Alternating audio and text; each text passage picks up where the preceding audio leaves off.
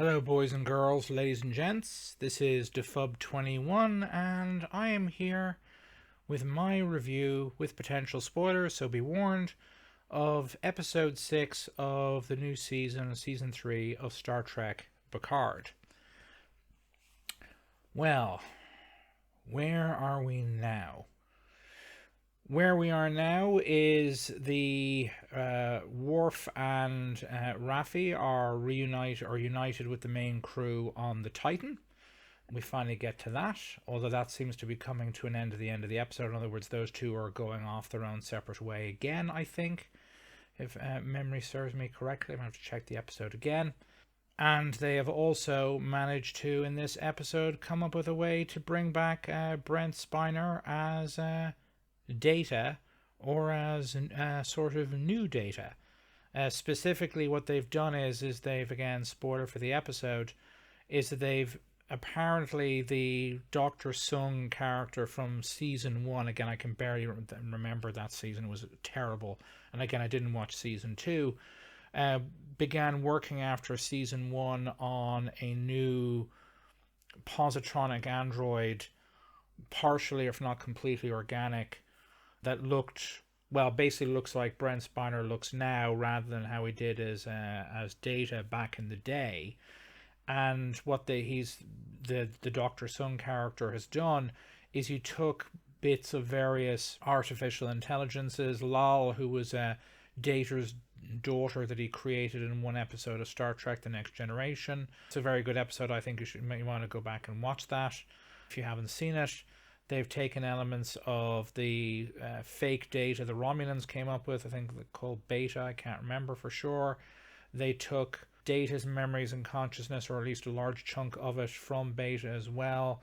And I think they also took other intelligence. Oh yes, Lord, Data's evil brother, and possibly also Dr. Moriarty from that also. One or two actually rather good episodes of Star Trek The Next Generation, again both well worth looking at, and stuck them all into this new Data body's Brent Spiner as he looks now, is his head.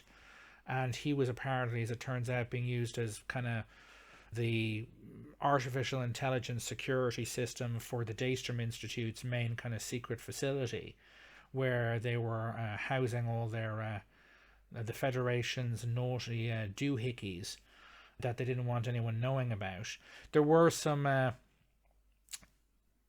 should I put this, there were member berries, as it were, in this episode, which I'm not, again, terribly fond of. The two big ones, the first one is at the Daystrom Institute. One of them I think is actually quite funny, which is, again, spoiler warning, there is apparently the Tribbles, which had been hunted into extinction by the Klingons.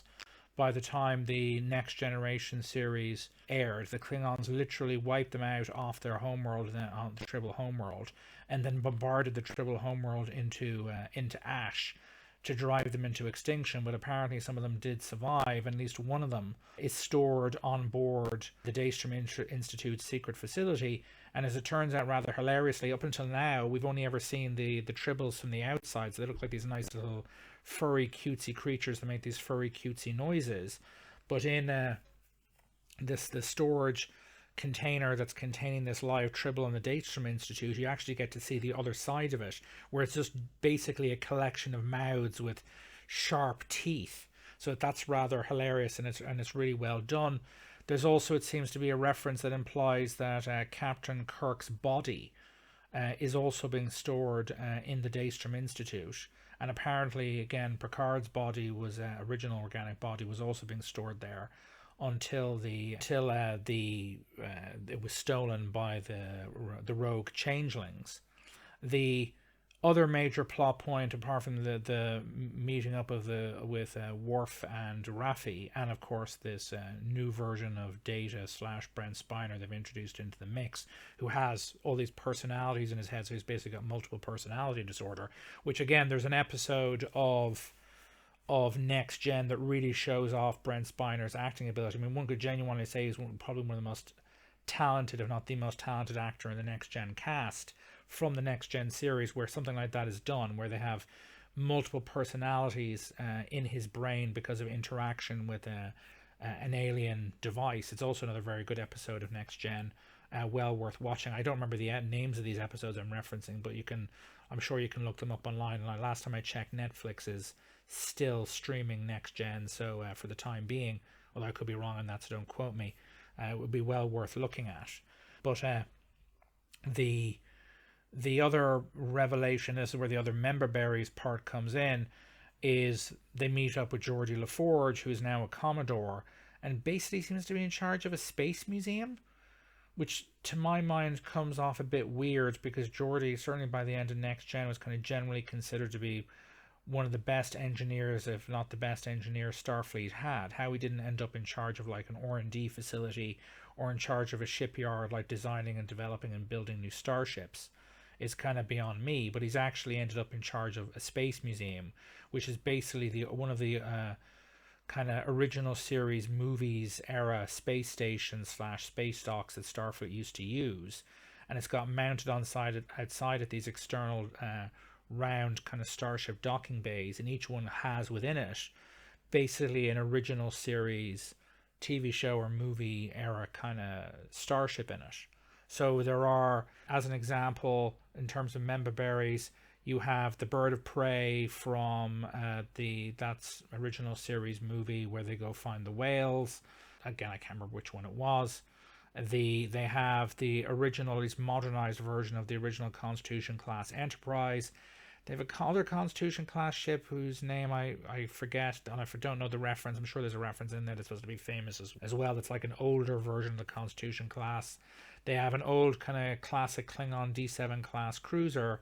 They have the Defiant, another member berry, although you would think that, considering that DS9 ended, was it late 90s, early 2000s, that the Defiant would still be in service, because particularly considering that it was at the time, of DS9, in that time period, again, barely 20 years ago, was an incredibly powerful ship in combat for a vessel its size, let alone by general Starfleet standards. And finally, you also have what again is the ship that I consider to be the most disappointing of the original run of Star Trek shows, which is you have the USS Voyager, which is also on display there. And so it's an awful lot of member berries in that regard.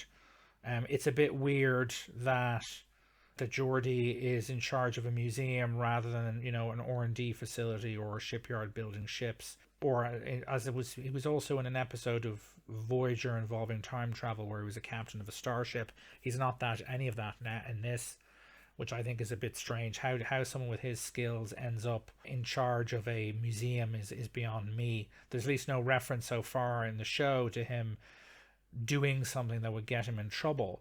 It also is, for those again who've been watching the show know, there is an Ensign LaForge as one of the characters who's part of the bridge crew on the Titan, and she is Geordi's daughter. And it turns out that Geordi has another daughter who, for some strange reason, is yes in Starfleet, but is also directly working for him. How one would think Starfleet wouldn't do that. You wouldn't put someone in charge of an installation and assign their daughter as their not a second in command, but like personal assistant or something. Surely that would be viewed as like a conflict of interest of some sort or another. But again, that's how things have played out.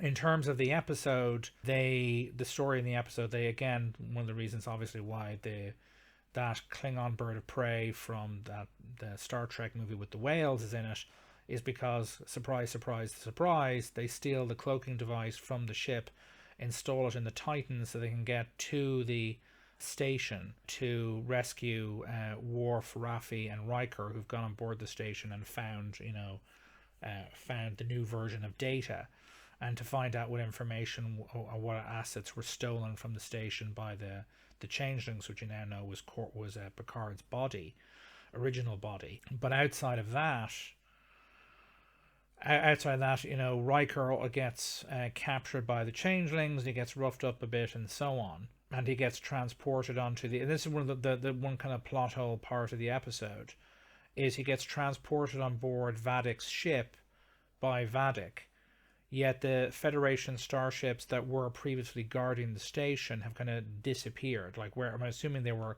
commanded directly or indirectly by changelings, but one would imagine that if they were supposed to be guarding the station against the Titan and Picard, that if they were ordered to leave, the regular Starfleet personnel on board would think it was a bit weird. But anyway, that's the way things have gone. The episode length is a little over 50 minutes. The previous episode that I reviewed yesterday of The Mandalorian was barely half an hour, including credits and a previously on section at the beginning. And this again, kind of clearly demonstrates my criticism both of the Star Wars content on Disney Plus and the Marvel content on Disney Plus, which is, as an episode, it's not as good as the last one, but it's still substantially better than episode 2 and 3 of this season of Star Trek Picard, and is better than certainly the first episode of The Mandalorian, and certainly much better than the last one, which again suffered from its very, very short runtime. Again, it felt a bit slower because they're back to the, there's not as much action, which again is, not being, Star Trek, particularly really good next-gen Star Trek, doesn't have to be all about the action, doesn't have to be all about the, conflict and so on. But it's still a better episode than yesterday's episode of The Mandalorian. And while I now have serious concerns over how this season of The Mandalorian may end up being very kind of yo-yo-y, and that some episodes are of a good length and are good to very good, while other episodes are too short, resulting in truncated storytelling, resulting in just very poor quality. And there were also kind of logic / common sense issues with the previous episode, which you can watch my review, or the previous episode of the yesterday's episode that I reviewed of The Mandalorian to find out my criticisms there. That so far, again, episodes 2 and 3 of this season were, as far as I was concerned, something of a drag. But we've so far had one bad first episode for this season, The Mandalorian, then a goodish episode for episode 2, then better episode for episode 3, which is over 50 minutes long. I think quite a good episode overall. And then you're back to this really short runtime episode of barely 30 minutes, including both a previously on section at the beginning and the credits at the end. And overall, the quality of Star Trek Picard Season 3 is better than what we're seeing out of The Mandalorian. And this is possibly a trend that will continue for the rest of the season. Now, it's possible that The Mandalorian might end up ending really strong the way it did at the end of Season 2, again, for reasons that I don't like. I'm not a big Member Berry fan, to state the obvious. And hopefully next gen, or this season, not next gen, of Picard doesn't go down that same route. But so far, I think the standard of the show, the episodes on Picard, is better than the current season of The Mandalorian. Now, there are 4 episodes, I think, left of Picard. There's how many episodes in the season? Well, I think it's 10 episodes for Picard. I think it's 8 to 10 episodes for The Mandalorian. But again, I'd have to check and to know for certain, or know for sure. But right now, yes, episode 1 and 2 Picard were a bit of a slog, but the overall standard is better, and it's due to a combination of better overall writing and much longer episode runtimes than what we're seeing out of The Mandalorian, which again gives and more serialized storytelling than what we've gotten out in this season of Star Trek Picard, than what we've gotten out of all 3 seasons of The Mandalorian.